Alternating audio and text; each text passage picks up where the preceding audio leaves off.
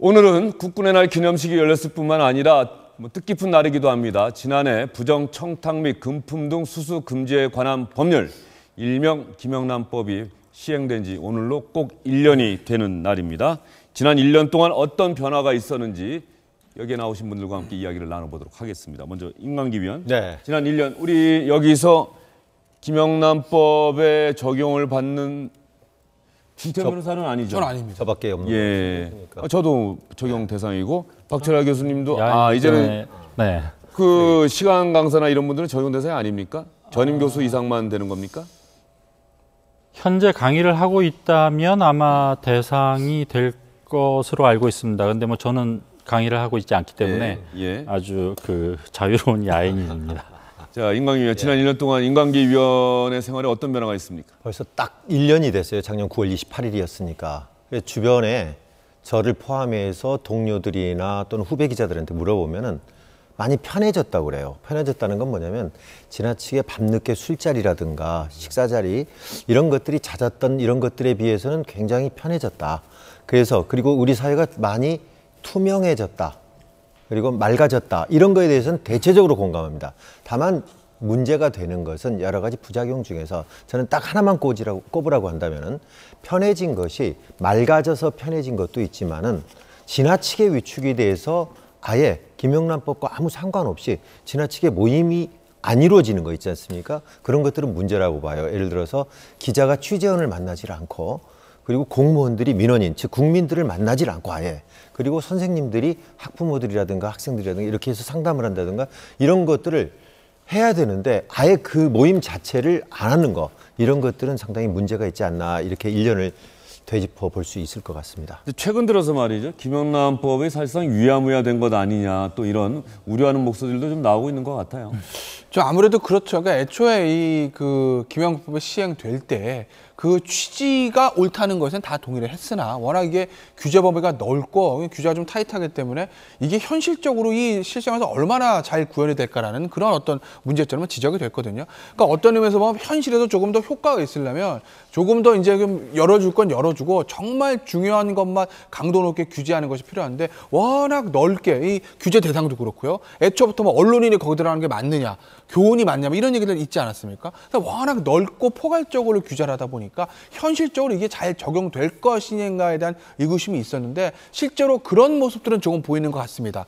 그러니까 유야무야 된다든지. 그러니까 저만 해도 처음에 이제 김영란법 대상자들하고 이제 식사를 할 때 되면 이 법이 시행되기 초기인 작년 10월, 11월만 해도 식사 자리 그래도 좀 기피하는 사람들도 있었고 그리고 어디 가서 밥을 먹을 때도 이거 얼마짜리야 물어보는 사람들도 있었는데 1년이 지난 지금 그걸 신경 쓰는 사람은 제 주위엔 많지는 않습니다. 그 정도로 이게 약간 어느 정도는 좀 사문화돼 가고 있는 건 아니냐 하는 그런 걱정도 좀 있는 상태입니다. 예. 박철하 교수님은 어떻게 평가하세요? 김영란법 1년? 1년에 신고 건수가 한 4,000건 정도라고 지금 보고가 되고 있습니다. 그러면 하루에 10건이 넘는 것이거든요. 적지 않죠. 그동안 우리 사회가 그만큼 이 부정, 청탁, 부패 이런 것이 없었다고 말하기는 어려운 사회였으니까 그것이 이제 자정되어가는 과정이라고 생각합니다. 근데 앞서 나머지 패널 분들께서도 말씀하셨듯이 사실은 이 법이 역사상 처음으로 진행이 되다 보니까 사실은 초기에 혼란은 많이 있는 것 같습니다. 그래서 초기에는 너무 위축이 되었고 또 지금은 그 적용 범위가 광범위해지다 보니까 이 법이 실제적으로 징벌로 가느냐라는 그 점에서는 조금 또 경각심이 줄어든 것 같기도 하고 지금까지의 시행 그 과정을 점검하면서 보다도 우리 사회가 투명한 사회로 갈 수 있는 중요한 자료로 해서 더 나은 법을 가다듬는 그런 노력이 필요하다고 생각합니다. 4,000건 정도의 신고 건수가 있었고 이 가운데 적발이 돼서 처벌된 건수는 어느 정도나 돼요? 정확히 하면 4,052건이에요. 권익위가 조사를 했더니 그중에서 가장 많은 것이 외부 강의를 할 때 대상자들이 강의를 할 때는 신고를 해야 되는데 그거를 하지 않은 것이 3,190건으로 가장 많고요. 그다음이 금품 수수 그리고 부정청탁이 242건인데 실제로 신고 건수 중에서 위반한 거는 121건으로 됐고요. 이 중에서 과태료가 부과된 것은 29건이고요.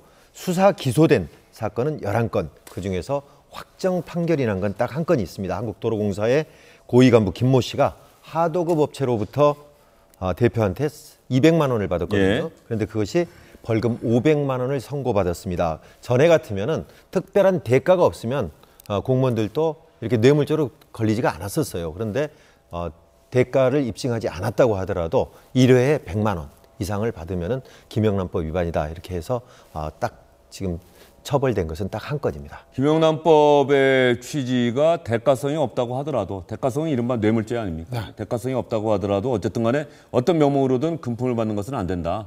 공적인 임무를 수행하는 사람들은 그런 거죠. 그렇죠. 그러니까 과태료는 지금까지 나온 거는 얼마 정도나? 그러니까 이제 앞서 이제 임광기 선 기자께서 말씀하셨던 그 부분이 이제 벌금, 형사 처벌에 대한 것이고, 과태료가 제일 많이 나온 거는 제가 보니까 1,000만 원 과태료 나온 게 있습니다. 그러니까 소방서장인데, 이게 소방서장이 그 부하 직원에게 야 어디 좀 업체를 좀 잘해줘 이렇게 지시를 했다는 거죠. 그러니까 이것이 이제 부당 지시다라고 해서 부하 직원 신고를 한 것이고, 그래서 이제 경기 소방서장에게 과태료 1,000만 원이 나오게 된 거죠. 저게 벌금 아마 200만 원과 1,000만 원 과태료면은 어느 게 더 무거운 처벌이에요? 액수 자체로는 돈만 보면 1,000만 원이 많긴 하지만 과태료는 행정벌입니다. 그러니까 소위 말해서 전과에 남는 건 아니거든요.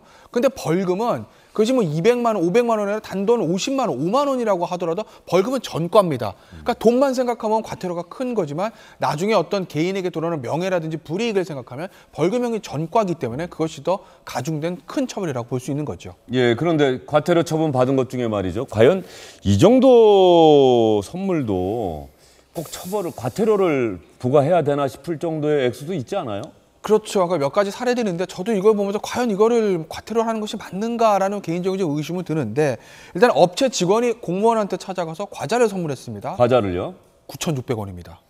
9,600원짜리 과자요? 예. 9,600원어치를 준 거예요? 예, 그렇죠. 아무래도 9,600원어치 여러 가지 뭐 비스켓이나 그런 거 몇 개 해가지고 했더니 9,600원 나온 건 아니겠습니까?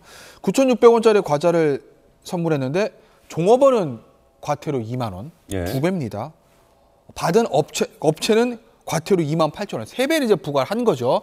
그러니까 우리가 이제 3, 5, 10 하지 않습니까? 식사 3만 원, 선물 5만 원, 그다음에 그 경조사비 10만 원 이렇게 합니다. 그러면 야 이건 뭐 그냥 5만 원짜리 아래인데 왜 5만 원 아래인데 왜 걸리는 거지? 라고 이제 이렇게 생각을 하실 텐데, 그 수사기관이나 법원에서 본 건 뭐냐면 3, 50 한다 하더라도 이게 이제 선물 목적이라든지 원활한 직무 수행의 목적이 있을 때만 3, 50에 해당되는 것인데, 이것은 그게 아니라고 이제 본 겁니다. 그래서 9,600원에 불과하지만 김영란법 위반이라고 판단을 한 거죠. 예, 뭐 다른 액수도 하나 더 있는 것 같은데 한번 준비된 거 있으면 한번 보여주시죠. 저것도 한번 얘기를 해볼까요? 예, 저것도 이제 청구인이 행정심판 업무 담당자에게 이제 1,800만 원, 죄송합니다. 18,000원짜리. 왜 이러십니까? 큰일 날 뻔했습니다, 예. 제가. 예. 18,000원짜리 음료수를 주고 이제 과태료 22,000원의 처분을 받은 건데, 이것 같은 경우 아마 이런 것이 작용을 했을 거예요. 청구인과 행정심판 담당자자. 그러니까 어떻게 보면 아주 좀 비유하자면 변호사와 판사의 관계라고 볼 수도 있는 것이거든요. 업무 관련성이 뭐 그렇죠. 바로 있네요. 업무 관련성이 바로 있기 때문에, 그렇기 때문에 이것도 역시 5만 원 아래지만, 그렇지만 원활한 직무 수행이라든지 단순한 사교, 의뢰 이런 것들이 아니다, 이렇게 봐서 김영란법 위반이라고 판단한 거죠. 1,800원 정도 음료수라면은 18,000원입니다. 1,800원 정도 샀다고 한다면, 음료수 한 병, 예. 그 정도 샀다고 한다면 처벌 받을까요? 어떨까요? 글쎄, 그런데 9,600원짜리 과자도 처벌한 거로 봐서 18,000원 음료수였건 1,800원짜리 음료수였건 간에 이것을 다르게 봤을 가능성은 저는 많지 않다고 보고, 일단 준 사람과 받은 사람의 관계, 두 사람이 어떤 관계고 당시에 무슨 일로 찾아갔고 두 사람 사이에 어떤 업무가 걸려 있었는지, 아마 이런 부분들을 좀 더 중요하게 보는 건 아니겠나, 뭐 그렇게 저는 보이네요. 예. 김영란법 첫 신고 사례가 지금 1년 전에 기억이 납니다. 캔커피, 그 교수 학교에서 일어난 일 같은데 맞아요. 기억하시죠? 네, 네, 예. 기억하고 있습니다.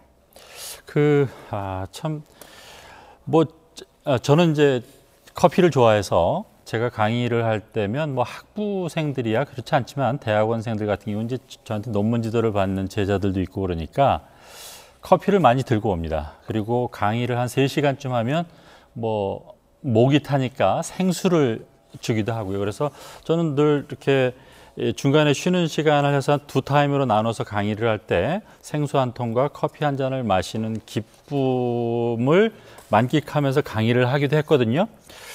그래서 과연 그렇게 하던 제가 야, 캔커피 하나가 저 법에 적용이 돼서 그 신고가 된다니 처음 느꼈을 때는 되게 각박하고 그렇다는데 우리 사회가 뭐 전체적으로 말하자면 깨끗한 사회로 변화하는 과정에서의 상징적인 사건이었으니까 그도 그럴 수 있겠다.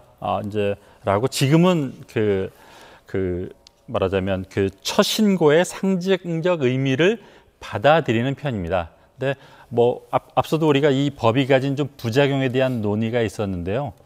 정말 최소한의 어떤 감정적 표시 정도는 할 수 있어야 하지 않을까. 그것이 정말 그 금품 로비에 해당되지 않을 정도의 그래서 우리가 그 사회적 합의를 보고 그 밑으로는 그것이 오고 가는 정차원에서 수용할 수 있는 어떤 사회적 유연성을 갖추는 노력을 아울러 해야 하지 않을까 생각합니다.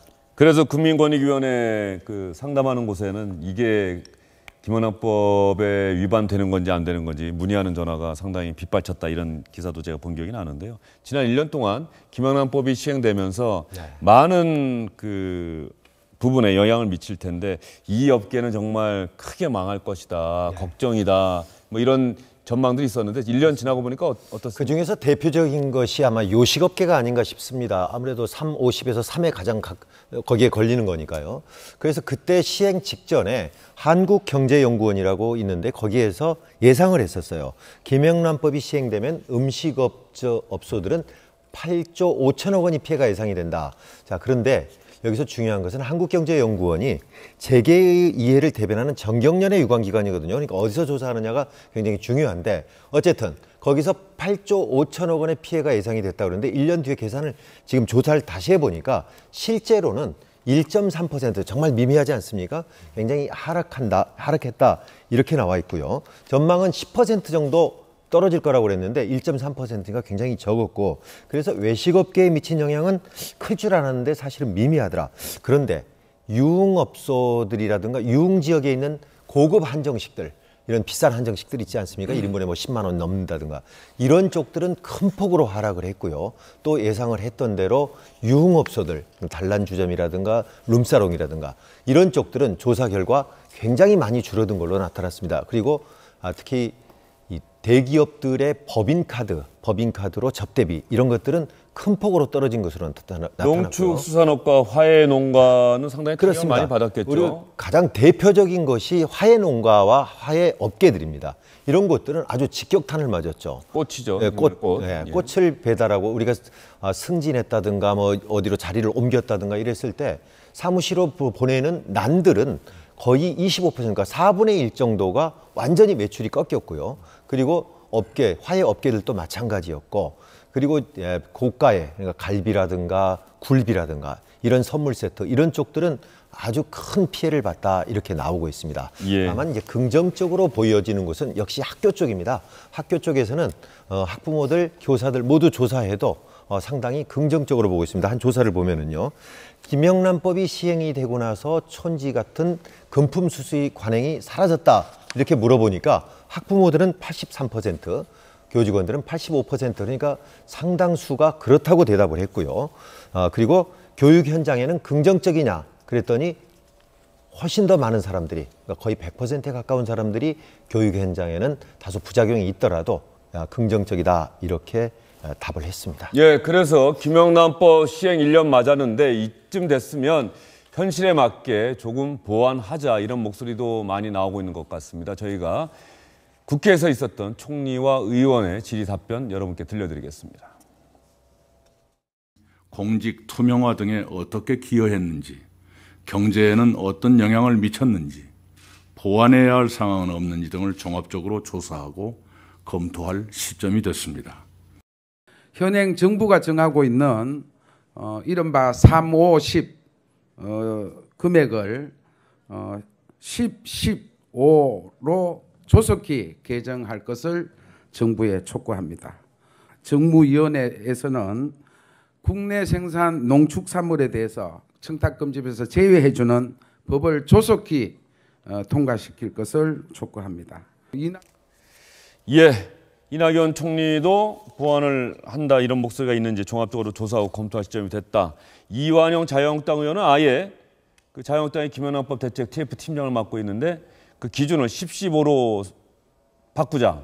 그 농수축산물은 아예 김영란법에서 빼자 이런 얘기가 있는데 어떻게 보세요? 지금 3, 5, 10을 10-15로 바꾸는 거. 그러니까 이제 아마 10-15로 바꾼 거는 현금 내는 경조사면 현금 나가는 거 아니겠습니까? 그건 좀 그 규제를 강화하되 식당, 밥 먹고 선물하는 것 이게 이제 잘못하게 되면 자영업자, 식당을 하는 자영업자라든지 뭐 화훼업계, 그다음에 뭐 한우, 뭐 고기 만든 선물 세트 만드는 사람들 이런 농가나 어촌 이런 부분들이 좀 피해를 가기 때문에 그 부분에 대한 또 규제는 좀 완화하자 이런 측면인 건데 뭐 현실적인 부분을 생각하면 나름대로 좀 어느 정도는 설득력은 좀 있지 않나 이런 생각은 듭니다. 왜냐하면 이 김영란법의 좋은 취지에도 불구하고 뭐 식당을 하시거나 정말 농사 짓는 분들이 알게 모르게 피해를 보는 측면이 있는 것은 맞거든요. 그래서 한번 검토해볼 만한 필요는 있다고 봅니다. 두 분은 3, 5, 10 어떻게 바꿔야 된다는데 동의하십니까? 네, 저는 다른 건 모르고 이제 일단은 그 경조금 그것이 10에서 5로 바꾸자고 하는 이유는 명확해요. 왜냐하면은 이렇게 해놓으니까 아 10을 내야 되는가 보다라고 착각을 하게 되거든요. 그래서 사람들이 5만 원을 내면 좀 결례하는 것처럼 비춰지는데 근데 우리 한국만의 특수한 문화가 있어요. 왜 그러냐면은 이 경조금은 일종의 품앗이 상호 부조 같은 성격이 있거든요. 그런데 분명히 10만 원을 냈고 이렇게 그동안에 내왔는데 우리 아이 결혼식 할 때는 갑자기 5만 원으로 줄어든다 그러면은 아 저쪽 사람한테 내가 분명히 10만 원을 받았는데 또 5만 원밖에 못 낸다 그러면 상당히 자기가 빚을 진 것 같은 느낌이 드는 거예요. 그래서 저는 경조비를 지나치게 저렇게 이렇게 제약할 필요가 있는가 그런 점에서는 좀 의문이 있어요. 인관기 위원은 10 이 정도 생각이십니까? 아니 저는 굳이 말한다면은 경조비는 지나치게 상한을 두지 않는 것이 오히려 낫지 않을까 싶은 생각이 든다는 거죠. 박철하 교수님요? 아마 뭐 앞서도 우리 한국경제연구원에서 그 경제에 미치는 효과를 모니터링하는 것처럼 좀 유관기관에서 잘 모니터링을 해서 정말로 필요한 말하자면 그 자영업자분들이라든가 그 화훼 농축산업 종사자들이라든가 그분들에게는 피해를 최소화하고 우리가 함께 왔던 어떤 사회 공동체의 규율과 관습 같은 것이 있지 않습니까? 그것이 사회를 말하자면 좀 부정적으로 혼탁하게 만드는 것이 아닌 그 범위 안에서의 자율성 정도는 한번 고민해 볼 필요가 있지 않을까 생각합니다. 네, 김영란법 시행된 지 1년 지났습니다. 국회에서 또 정부에서 김영란법 시행 1년을 맞아서 정밀하게 검토한 다음에 과연 보완할 필요가 있다 이런 결론이 내려지면 또 보완을 할 것으로 생각이 되고요. 보완할 필요가 없다고 판단한다면 또 그대로 시행하지 않을까 이런 생각이 듭니다. 저희는 다음 소식으로 넘어가 보도록 하겠습니다.